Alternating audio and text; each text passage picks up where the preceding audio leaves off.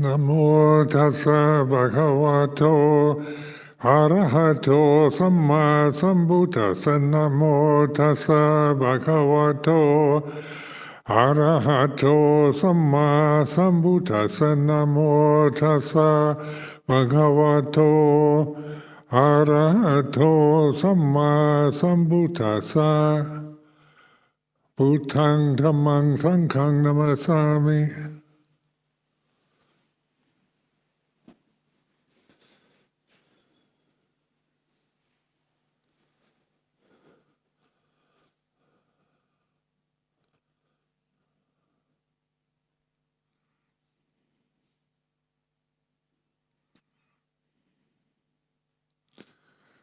So today is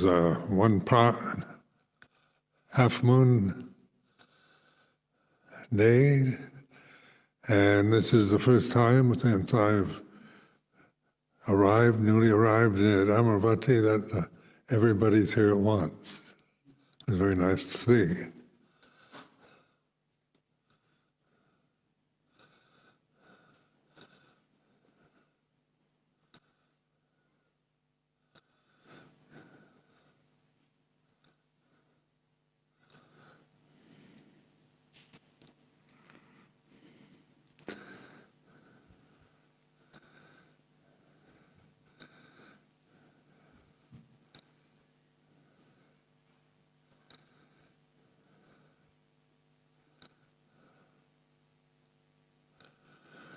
So today I wish to talk about what concentration, thinking, concentration, and reflection. These are the words that we use in what we call meditation, Buddhist meditation. And so these are people oftentimes, we're conditioned to think, just our cultural conditioning, our whole sense of a separate self, are all words, thoughts that we've learned in whatever language was your native tongue. So it's an acquired conditioning process. Thinking it's all sankharas, all words are sankharas, or conditions that are created by people who may not be enlightened in any way at all. Just a way of communicating about other conditions. And so we have a lot of problems in world societies today because of the conditioning that people have, whether you're a leftist or a rightist or a Muslim, a Buddhist, Christian, a Jew, whatever, it's all been conditioned into us. So we listening to the news of the day about racism in the United States, people have they're conditioned to hold to kind of racist views. This is done, this conditioning isn't chosen, it's a given to us by our mother, father, peers, family, society that we're born into.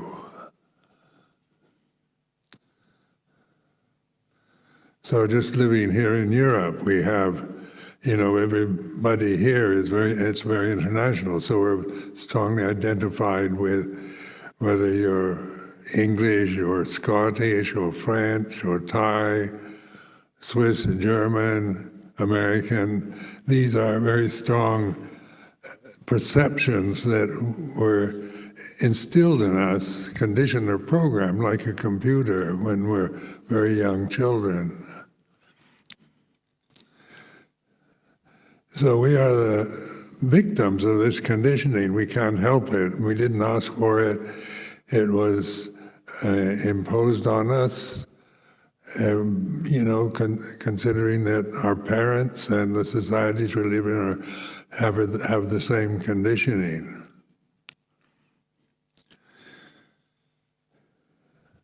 concentration is when we stop thinking, but letting the mind wander in thought by concentrating on one object. So like mindfulness of the breath is you concentrate on the inhalation, exhalation of your own nose, or the way the body's breathing. Like I first learned mindfulness of the breath at Wat Mahathat in Bangkok, where it was observing the rise and fall of the stomach. So that's my first experience in kind of formal meditation practice, to concentrate on something that you're observing. You're not looking at your nose, but you're feeling it. Or we can look at an object like a casino, a colored casino, or a candle flame. So as we focus on one thing, one object, one sankhara, one condition, one phenomenon, then you learn to shut out all the wandering tendencies of the mind, the thinking mind, to focus on just one condition and trying to suppress all the other imposing conditions that we're experiencing. So we tend to seek seclusion and quietness, and we get very upset when noise, people slam doors or rustle or cough or dog barks. We can just, when they interrupt our concentration, can arouse all kinds of negative reactions, because the desire to be tranquil is a very tempting desire to tranquilize the mind, to stop it from its proliferating madness.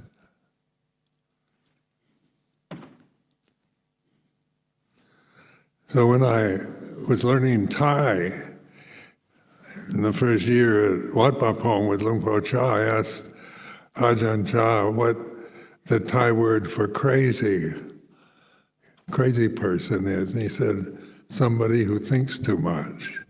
And I thought that's a very accurate description. You're just obsessed with your own thoughts, emotions, fears, habits. The sense of a self is all conditioned. So what you believe you are, what you think you are, what you've been told what you are, it's conditioned into you.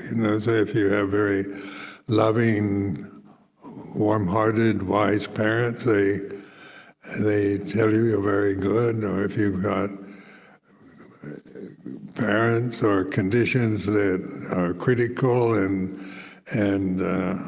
not conducive towards self-respect, then you suffer from having not any self-respect. You see yourself as not good enough, inferior, or bad.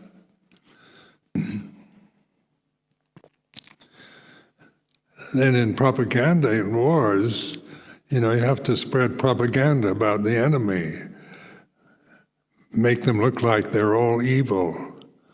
The enemy are all monsters and aliens and heartless without emotions, because if you see all other human beings in this way, with the way of wisdom,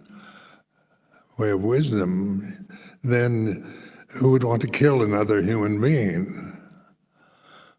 But if you've been conditioned to believe the enemy is evil and should be annihilated, then we're quite willing to do so. So this is the programming of a individual human being that we're reflecting upon. So if we were just robots, without any other refuge. Would be no way we could get beyond the conditioning that we've received, beyond our egos, beyond our personalities, beyond our emotions, beyond our cultural, social, religious conditioning, getting outside, getting beyond the language, the thinking habits we've developed.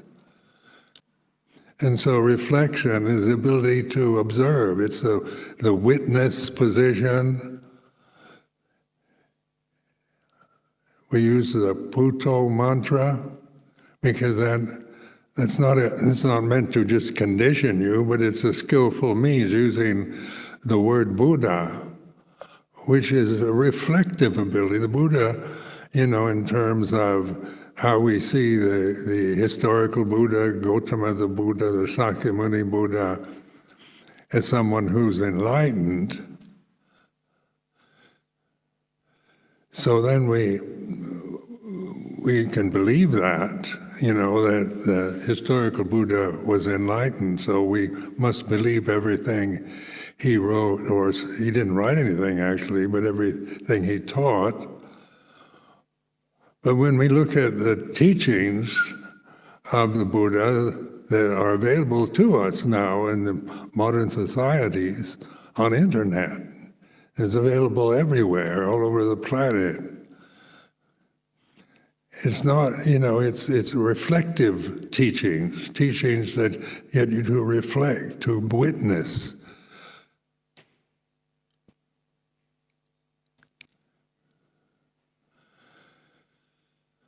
So there's no kind of categorical imperatives or doctrines that you must believe in.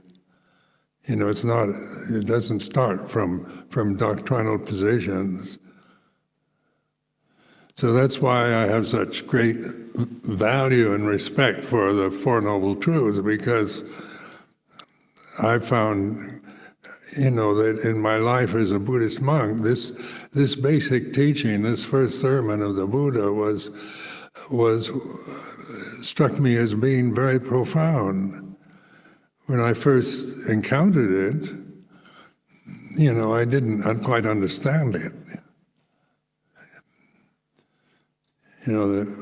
Why someone would give their first sermon after enlightenment about suffering and call it a noble truth. But that's not a doctrine. The noble truth isn't about believing in suffering, but witnessing, observing it, understanding it. And that's reflective awareness. You're not concentrating on suffering. You're not trying to get rid of it or judge it, or do anything with it, but observe it. Witness it. So Puto then is a witnessing position. Because in traditional Pali Buddhism, the Buddha knows Dhamma. This awareness then in each of us, this awakened, observing, witnessing position, isn't judgmental. It's not saying whether what you're feeling is right or wrong, or what you're thinking is good or bad, but it is a sankhara, so a phenomenon. It is what it is. So reflection is the observer position, the witness. Puto is a witnessing position. It can be used as a mantra, just like one can use it just to calm down the thinking mind, like any mantra, and Pali chanting does. But it's not meant to be just a calming mechanism for tranquility, but a position that's available to all of us, of opening to the present moment, is like this. So this is a wide open position. It's not concentrating on anything. is using the First Noble Truth of dukkha, of suffering, suggesting, not demanding. We understand it, not believe it or get rid of it. So the insight is to understand suffering. And to understand something, you must witness it. It's like this, rather than just react to it. Like the personality is reactive. The ego, the sense of a separate self, is very reactive. So we're conditioned to react to suffering. We don't want it.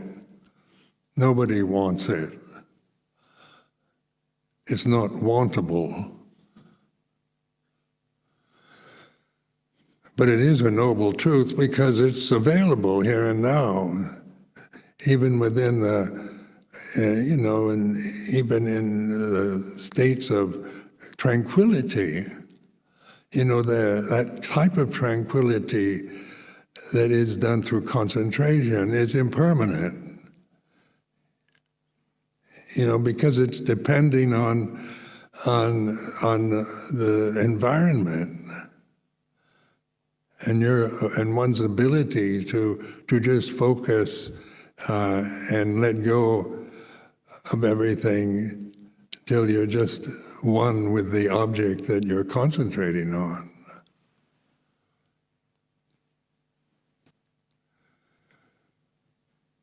But in the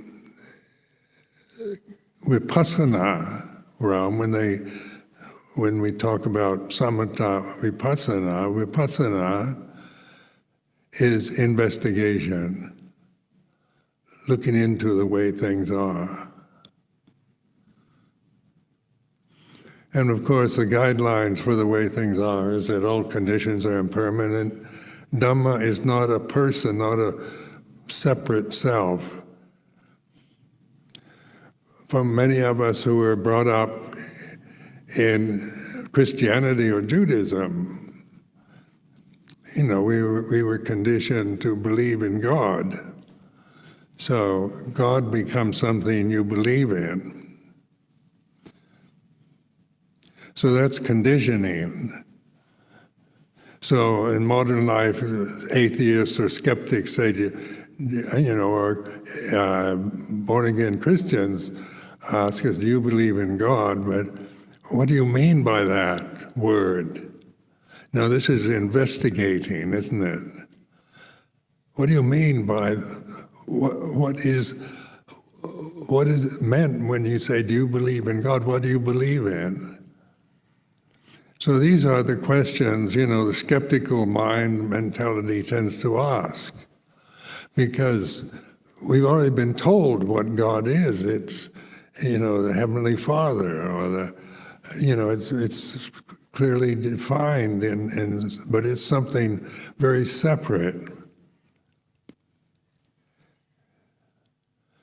And usually personified in a male figure. So God, you use the word he rather than she or it.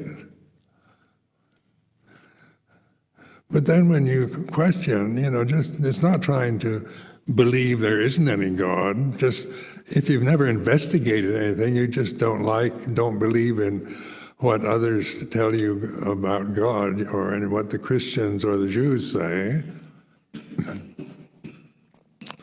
then you tend to say you don't see it as reasonable or logical.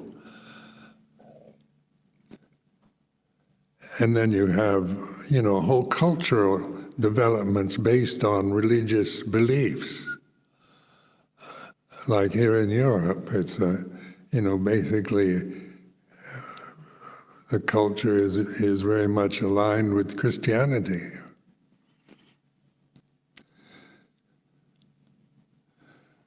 But in terms of investigation, we're not denying God. To say, does Buddhists believe in God? At interfaith meetings in London years ago, I used to attend, I'd be representing Buddhism, and all the other religions would be talking about God or Allah or some form of supreme deity. and oftentimes they would see Buddhism as a kind of humanistic philosophy or a psychology, but even question about it as a religion, because there's nothing in Buddha Dhamma that demands a belief in God. They talk about gods like Indra and Brahma and so forth, but those are cultural conditions. Those are words in Hindu Buddhist religious culture. They're sankharas. They're words.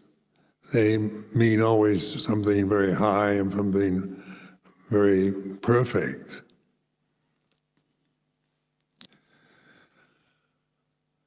But in Vipassana meditation, you're not asked to believe in God, but to understand suffering. Because this realm that we're experiencing through these 5 khandhas, through the sentient operation of the eyes, nose, ears, tongue, body, and mind, these are all phenomena changing according to other conditions. So instead of believing in a kind of eternal life in heaven, when the question of what happens when we die, what do Buddhists believe? Life after death, or reincarnation, or rebirth, or heaven or hell, or oblivion, these, in the reality of the here and now, these are words that affect us. Like being eternally happy in the heavenly realm sounds, if you believe in that, that's very positive, makes you feel, death might not be so bad. Some people believe that God is a judge, so you're judged by your sins you've made as a human being. So when you die, before God lets you into heaven, you have to pay the price, through some kind of ceremony or system that will allow you to expunge the false sins you've made as a human individual while you're in these forms, before you can get into heaven, or you go to hell or limbo, or there's words that convey, limbo sounds rather empty and meaningless. Hell is very colorful.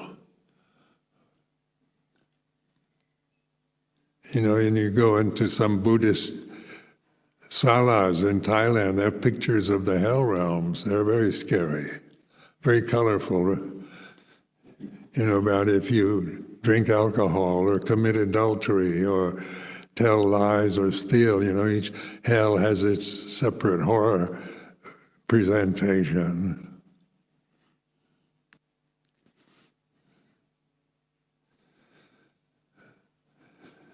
So heaven and hell are words that we, some people believe that in heaven and hell, and believe in God, believe in and not believe in God.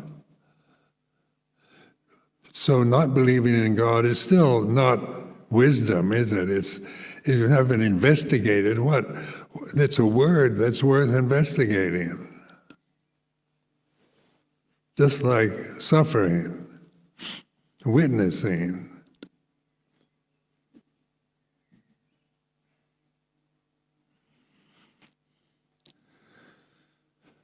So rather than taking a stand as an atheist or agnostic or a theist or believer,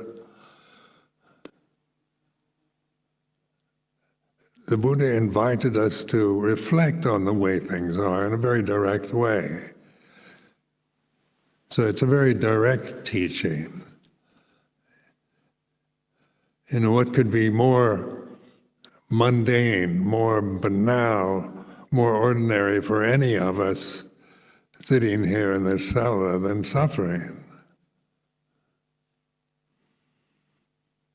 The societies we're living in are all suffering. The families that we identify with suffer. So suffering, or dukkha, is the common bond that we share with all humanity.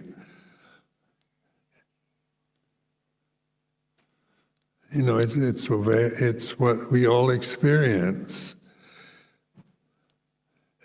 living in these very changing forms, mortal forms of human bodies, male or female, black or white, whatever the color, the skin, or the gender that one identifies with, it's all, conditioned.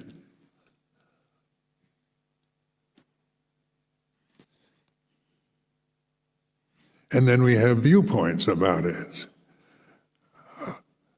Are men superior to women, or women superior to men? And then we take positions. This is not investigating, this is taking a position, about something's better than something else, or one is above another, and so the conditioned realm is very it's hierarchical, it's structured. You've got high and low, good and bad, right and wrong. So on the level of conditioning, of conditions, of phenomena, of sankharas, they're all in a structure of it's a judgmental system. And cultural conditioning is very judgmental, isn't it? You're punished when you're bad, when you disobey your mother, you get scolded. When you obey your mother, you get kissed, and you go to school and you do all your homework, you get praised. You don't do your homework, you get criticized. So the conditioning process, reward and punishment, is very much, the samsara conditioning process that we're all exposed to when we're born in these separate forms.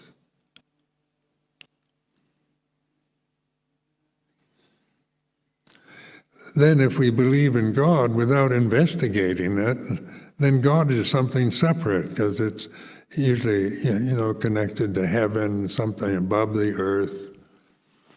We consider God as the great patriarchal judge who tells us what's right and wrong and rewards us or punishes us accordingly to our behavior.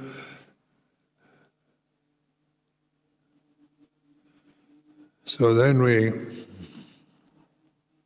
operate from these positions. We can't help it. Our personalities are like this. Living in a community like here at Amaravati, is there any monk or nun that have the same personality? All the nuns have the same personality, all the monks, all the lay people? The personality varies. In nationality, too, it's different. But if we're all British, still the personality of each person is different, unique to itself. Sometimes we say good personality or not any personality. And I remember as a teenager growing up in the United States, to insult somebody, say they have no personality. Because the word personality became a vibrant concept in my generation. To have a lot of personality was a good thing. To have no personality meaning you were boring, uninteresting.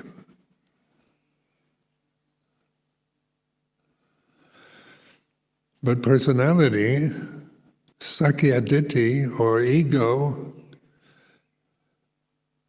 what is meant by that? So you've got the Pali word sakkayaditthi, which is the first fetter, first obstruction that is mentioned in the suttas that prevents us from seeing the path, the way of non-suffering. So we're not trying to get rid of the personality, because it's not about judging it, whatever your personality might be, whether it's wonderful personality or boring personality, doesn't matter. That's not the issue about whether it's good or bad, but it is like this. And this is the Bhutto position of awareness. So I'm not judging. When I'm reflecting on personality, my personality, I tend, on a personal level, I tend to judge it, make value judgments about it, have opinions about me as a person. So that's sakkayaditthi. But awareness, reflective awareness, is not judgmental. It's just observing, witnessing how I react, how the reactions are to praise and blame, success and failure, good fortune or misfortune, social positioning, cultural conditioning, religious conditioning. And so it's not trying to promote Buddhism above Christianity or any other religion. It's not about which is the best religion. And even in the Buddhist realm, isn't it? Mahayana sounds, Theravada is regarded by many other Buddhists as Hinayana, which is a lesser form. Mahayana is the great vehicle. Vajrayana is another higher vehicle. So you get into, the basics, Theravada, Hinayana, Mahayana. What is all this? What is the reality of these words is that they arise and cease. So we're not trying to find the highest, the best form of Buddhism, as we hear about these different forms, or what other people tell us. Because in Theravada, we can easily believe that we're the real teaching of the Buddha, the original true form. So we can pride ourselves on going back to basics and not all the elaborate additions of Mahayana and Vajrayana. So we concentrate, we pay our attention in Four Noble Truths, in the suttas, the Pali suttas. We become Theravadan Buddhists, and we form opinions about about Mahayana and Vajrayana. What are we doing? What is this, witnessing or just believing? We want ours to be the best. If you're committing your life to a religious practice, you want to have a kind of certainty that it'll get you to the enlightened stage, to be released from suffering. Whether it's going to heaven or becoming enlightened.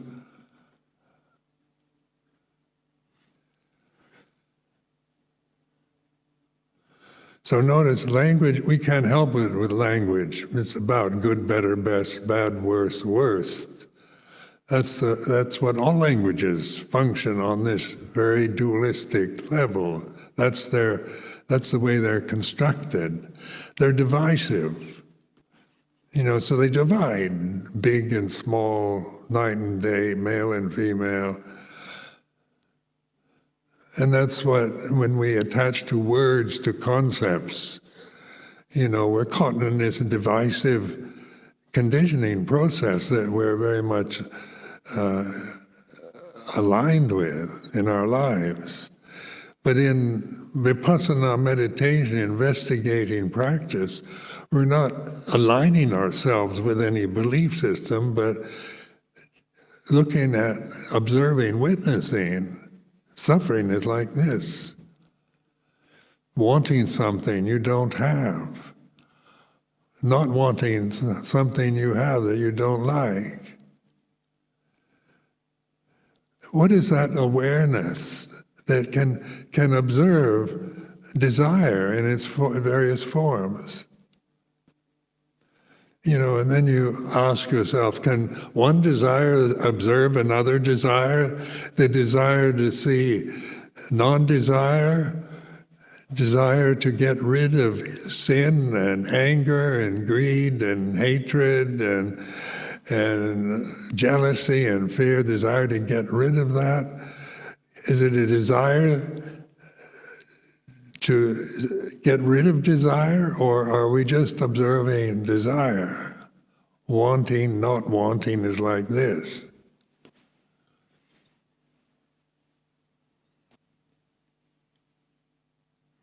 And we need to trust this open position of awareness. It's open. It's not concentrated on an object. When we take suffering, the first noble truth,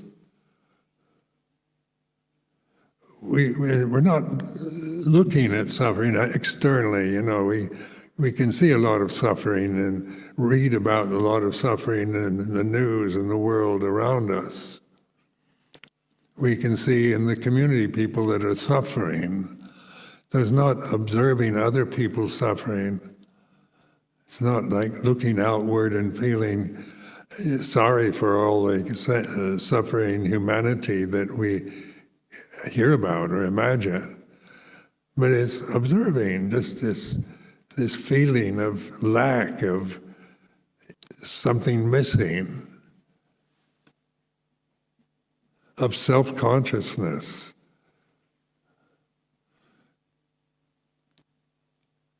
Just feeling of loneliness. And it's like this. So in monastic life, you have this particular form, this traditional form, Vinaya form.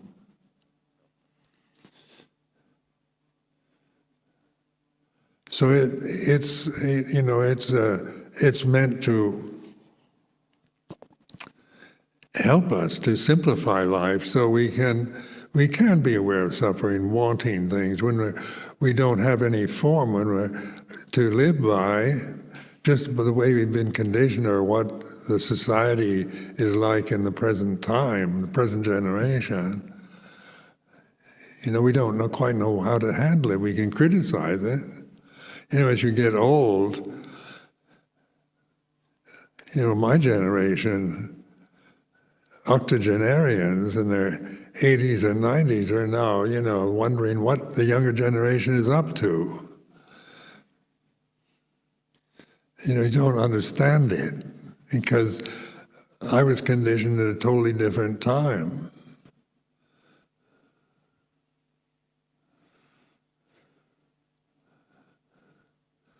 So this is the problem parents have with their children. You want your children to be like yourself, or being head monk or head nun of a monastery. You want the other monks and nuns to conform to what you think they should be according to your own perceptions. And this is how we're conditioned. This is not a real permanent person. This is conditioning, like a computer programmed by somebody else. So in this awakening process, we call awakening or enlightenment, is the simple reality of witnessing sankharas rather than operating from the sankhara position, the ego position, what I believe, what I think, what I want, what I don't want, what's right according to what I believe in, what's wrong according to what I believe in. This is all conditioned. So the Vinaya is all about action and speech. So it's an agreement.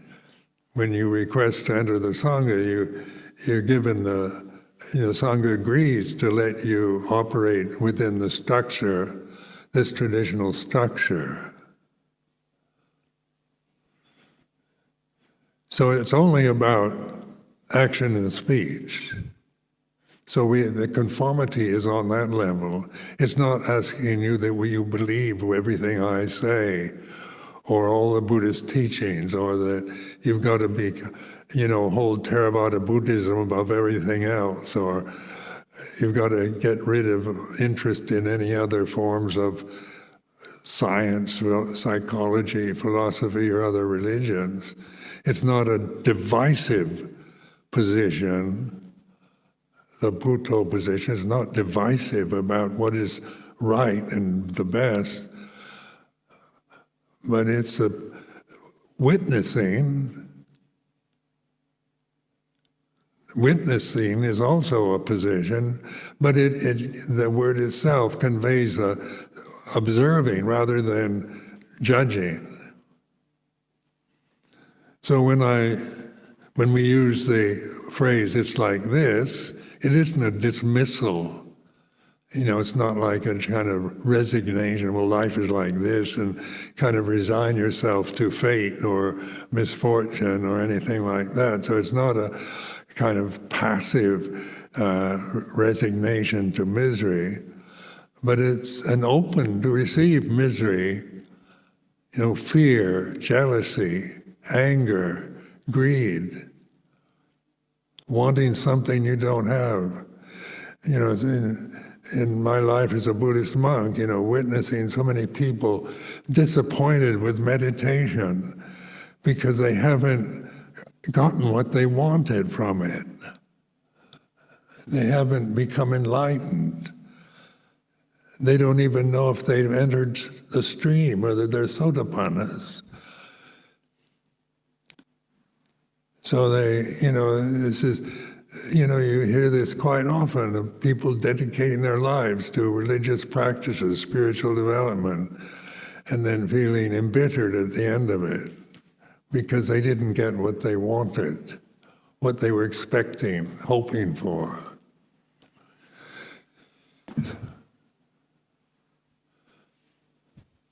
So this is this particular practice that we encourage here at Amaravati is this witnessing practice.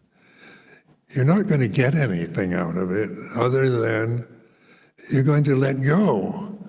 You're going to see through the conditioning habits, the fears and desires, the worries, the anxiety, the jealousy and fear,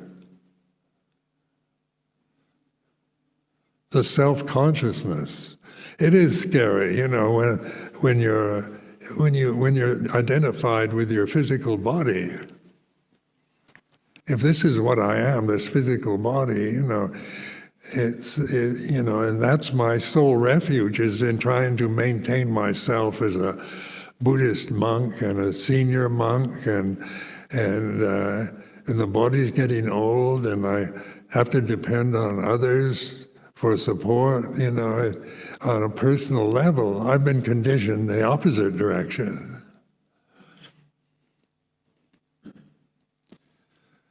And then, when you're 86 years old, 87 years old, you realize death is not very far away. When you're 40, you think, I've got 40 more years left. Well, I was 40 a long time ago, now I'm 86. 87 this year. What happened to the 40 years that have passed? they seem like nothing. It doesn't seem like you age on that level mentally. The body does. So you have to adapt, in old age, adapt to the limitations that just the body is old like this. It's not, when you're not identified with it, when you're not seeing it as your refuge, as yourself, as your, what you are in this vast universe, this isolated, vulnerable human form that we ignorantly identify with. When you do that, then there's, fear is a very natural emotional reaction.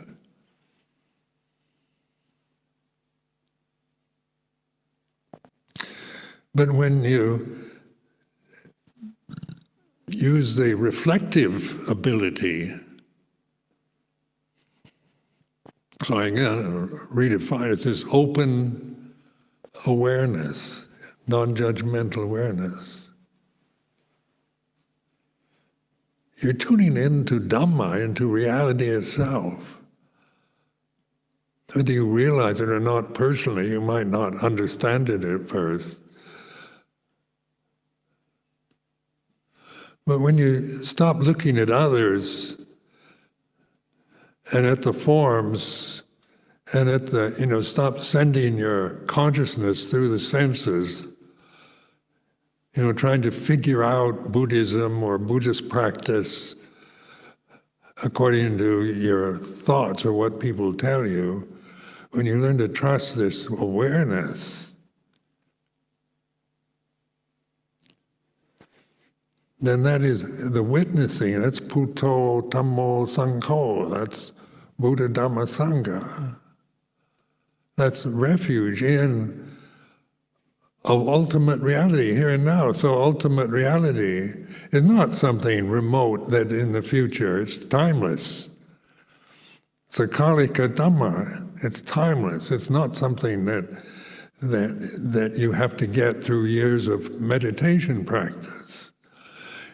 It's learning to open to life as it is, as we experience it here and now, whatever we're feeling, our health, our emotional state, our position, isn't really that important, because every condition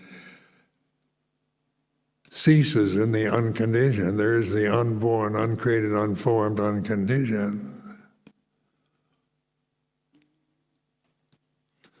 So this reference to Buddha then is a very skillful mantra that Luang Por Chah taught me when I first met him, because I was very confused. I couldn't understand anatta.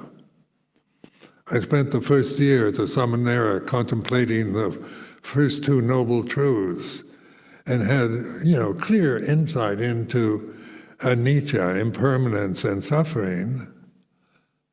I didn't find those characteristics difficult, but who is it? What is it aware of suffering? What is aware of suffering? What is it that is using Puto that reflects on the reality of a condition present? It's like this. What is it that knows this, that is aware? And of course before I met Luang Por Chah, I could only think of it's me, Sumedho. That's the only reference point I had. I couldn't wipe out the sense of this subjective awareness, pure subjectivity. I couldn't deny it, that I'm conscious. That consciousness is here and now. And the only word I had for it is me, or my name. So then, asking Luang Por Chah that first year about my doubts and questions about anatta, he advised me to use this witnessing position, Buddho, or Buddha. So Buddha, is much more profound than just a historical sage of the past that we believe in was enlightened. But it's a practical condition to remind us to be here and now, awakened to the way it is. So is awakening, is enlightenment something so remote, so distant, that no matter how hard you practice, how long you sit, how concentrated you become, you still don't feel enlightened because the personality is never going to get enlightened. My personality it's impossible for my personality to become enlightened because it's a condition. So when I think of, am I enlightened on a personal level, you realize personality, sakyaditi, is the first fetter, the first obstruction. And it can never know enlightenment or be enlightened. There's no enlightened sakyaditi. There's no enlightened sankhara. And that's quite obvious in these Buddhist teachings.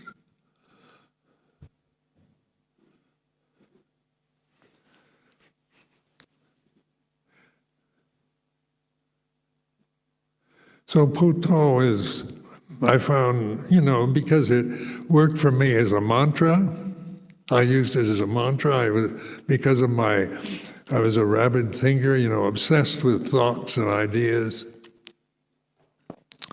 interested in psychology and in philosophy and all these high-minded intellectual subjects. And I had a lot of fears and personal, very critical, self-critical personality conditioned to be critical of myself.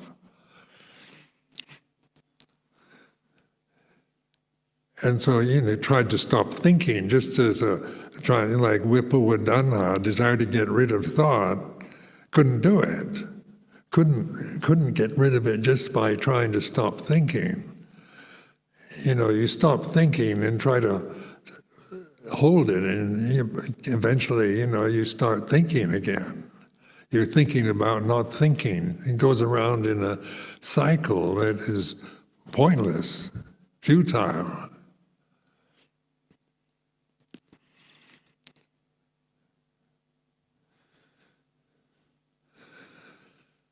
So then I began to reflect on the word Buddha or Buddho. Because I identified myself as a Buddhist. Ever since I was 21, I identified myself as a Buddhist. And then, because I did really like the teachings of the Lord Buddha. They really resonated with me. I knew there was something there that I could learn from. But I didn't know how to meditate. Didn't know how to practice it.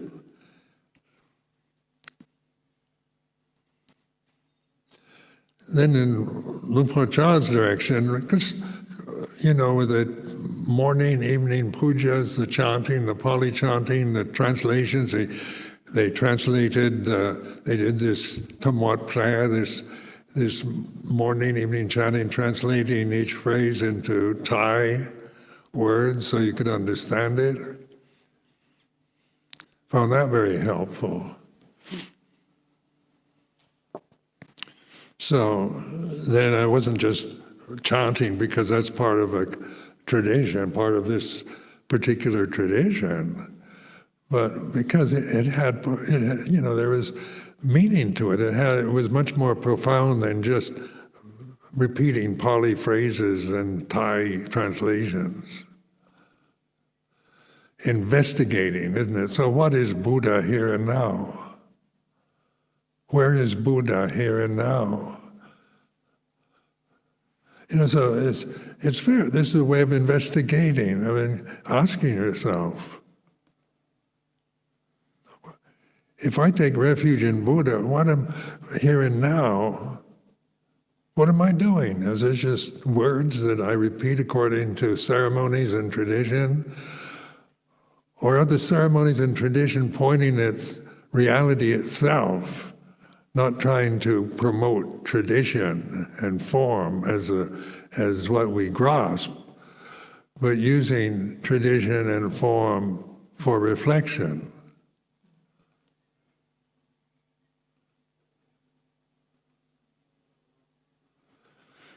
So then, when I started giving precepts, Luang Por Chah had me start giving 5 precepts to lay people and so forth, even as a Nawaka monk, because the Thais like to hear a Pravrang, a foreign monk, giving the precepts.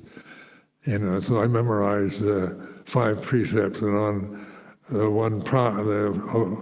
the observance nights, sometimes I would be asked to give the precepts.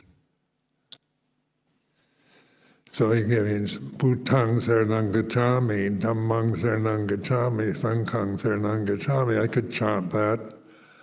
And then I start the translation, take refuge in the Buddha. What am I taking refuge in? What am I giving these 3 refuges? What am I offering to lay people?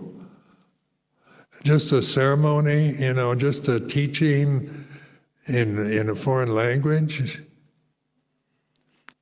Is it just joining a cult or a group or a religious practice? What is Bhutang Saranang Gacchami as the reality of here and now? What is Bhutang Saranang Gacchami right now?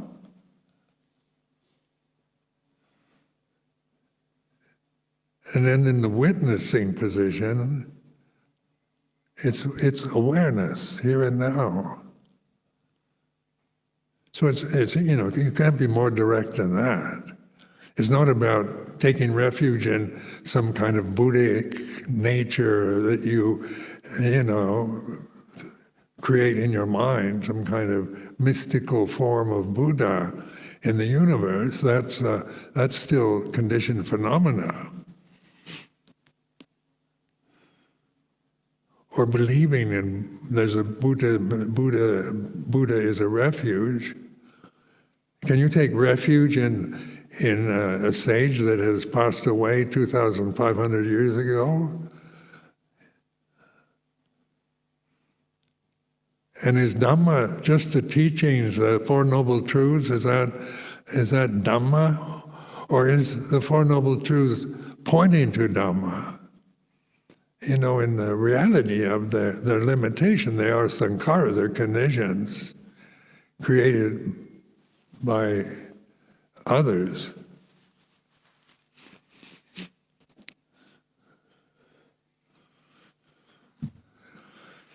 And then this Bhutto mantra started resonating, just through investigating. What is here and now? What is awareness here and now? Santidiko akalika dhamma, here and now. And you can't, this kind of questioning approach makes you stop thinking. You stop trying to figure it out because you're open in the present moment. Because there's no answer to awareness here and now. You can't find it. It's not an object that you cultivate. It's not something you do. It's the reality of here and now, consciousness here and now, awakened to the reality, ultimate reality, Dhamma. So Dhammang Saranang Gacchami. Dhammang then is no longer some abstract idea of righteousness or ultimate reality, or however you want to define it. So it comes together, you realize you have this insight through this kind of investigation. Not just trying to get rid of fear and anger and greed and confusion and anxiety, becoming a samana in order to get rid of all your selfishness, trying to get rid of your self-consciousness. So it's not like psychotherapy trying to change yourself into something by getting rid of anything, but it's about awakening here and now. So this is available to all of us. The teaching is open to everyone.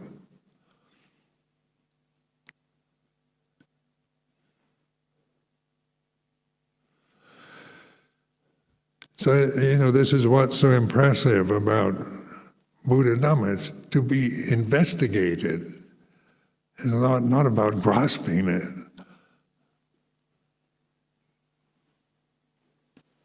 So what is anatta? What is no self?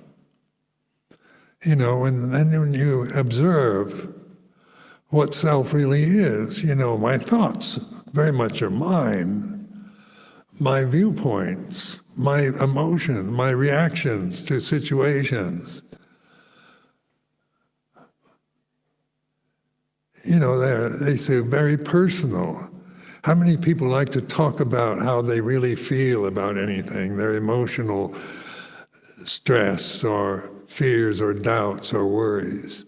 In polite society, we don't talk about death, or we don't talk about our feelings, we talk about the weather, something out there.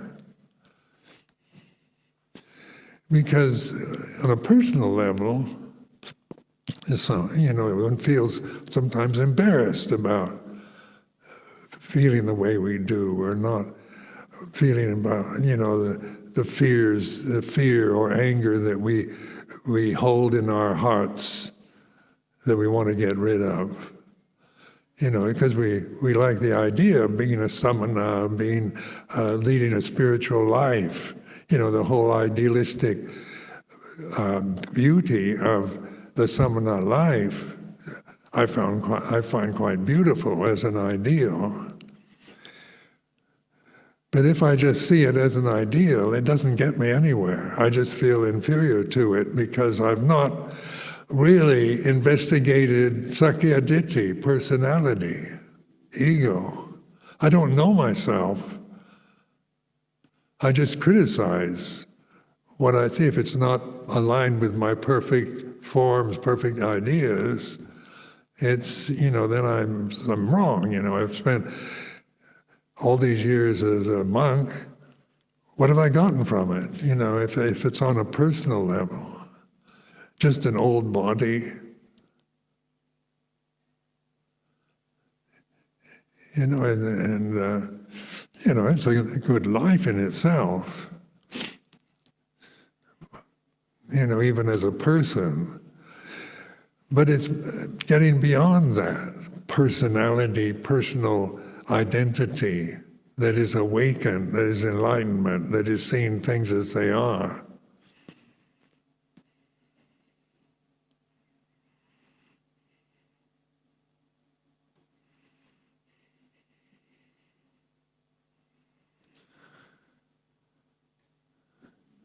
In the Sangha, we all have our challenges because we have to live with each other. And it doesn't mean we like each other that much.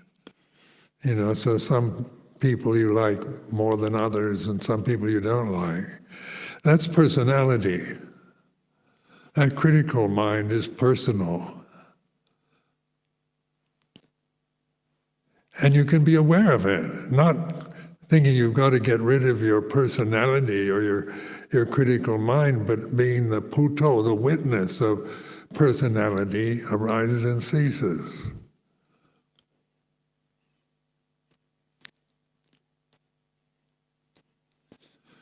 So community life is a challenge, living with each other, learning to operate within the restraint of the Vinaya is all, part of the game that we're involved in. But it's not just the personal game of who keeps the rules the best or who's the winner, but it's the invitation to opening to life, opening to experience, reflecting on it, not seeing that the critical mind applies only to worldly situations. It's about sankharas, about good and bad, right and wrong. So it applies to samsara, to that. But is God then a sankhara? Is what is meant by God or ultimate reality? Is God ultimate reality? Is that what it's really meant to be, rather than what is usually considered to be God? Is God a patriarchal figure up in the sky? That's a belief, or you disbelieve that. So I don't believe that God is a patriarch up in the sky. But that's still a belief. I still don't understand what that is. I've been to the Sistine Chapel in the Vatican, and I've seen Michelangelo's murals. Where God is an old man up in the sky, very beautifully painted. So, that's fair enough. In terms of aesthetics and art, it's beautiful. I don't believe it. But believing it is the same as not believing it. It's not the point, is it? It's not about trying to create God or believe in a concept, but in awakening to Dhamma, the reality of here and now. So it's not something distant, something remote, something impossible, unless you conceive it as such. And that would take thinking, seeing yourself as some inferior form, and the Dhamma is some perfect form that you can only worship and admire, and assume, have opinions about. Or is it here and now? Santitiko, akaliko, ehipasiko, opanayiko, bhajatang, vaitidapo, and nimi. So I offer this as a reflection.